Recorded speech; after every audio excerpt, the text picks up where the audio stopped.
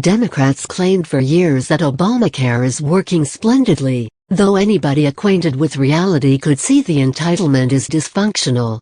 Now, as the law breaks down in an election year, they've decided to blame private insurers for their own failures.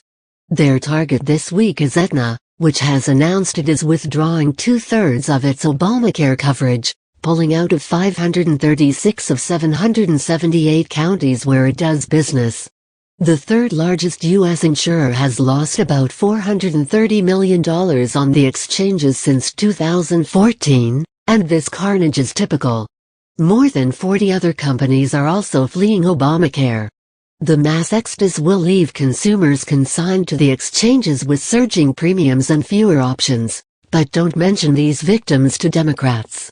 They're trying to change the subject by claiming Aetna is retaliating because the Justice Department is trying to block Aetna's $37 billion acquisition of Humana. The 2010 Obamacare law makes it nearly impossible for non-mega insurers to operate, and a tide of regulations has encouraged consolidation. Aetna says a Humana tie-up will create economies of scale that could sustain the money-losing exchange policies. But Massachusetts Senator Elizabeth Warren is now emoting on Facebook that the health of the American people should not be used as bargaining chips to force the government to bend to one giant company's will. This week the administration also released a July 5 letter from Aetna in response to a Freedom of Information Act request. Democrats claim the document shows CEO Mark Bertolini conditioning Aetna's Obamacare cooperation on merger approval. This is some gall. Aetna was answering a June 28 civil investigative demand, in which Justice's Antitrust Division specifically asked how blocking the merger would affect Aetna's business strategy and operations, including Aetna's participation of the public exchanges related to the Affordable Care Act. Soliciting sensitive internal information that Aetna is legally compelled to provide, and then making it public to sandbag the company, is the behavior of political plumbers, not allegedly impartial technocrats. If police try this, it'd be entrapment.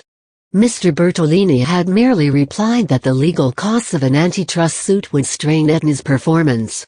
The insurer would have no choice but to take actions to steward its financial health and face market realities, such as reducing unprofitable business. Public companies have a responsibility to shareholders, and the wonder is that any insurer is still part of the exchanges. Obamacare's troubles aren't the result of any business decision. The entire industry is caught in the law's structural undertow. Despite subsidies, overall enrollment is flat, there's too much monthly churn, and the exchanges aren't attracting enough healthy people to make the economics work. Blame the law's architects, not Mr. Bertolini, who must wonder what happened to the political goodwill he has tried to bank over the years. Aetna was inclined to accept the exchanges as loss leaders to support Obamacare's mission of universal coverage. The company led Obamacare's industry pep squad in 2009 and 2010.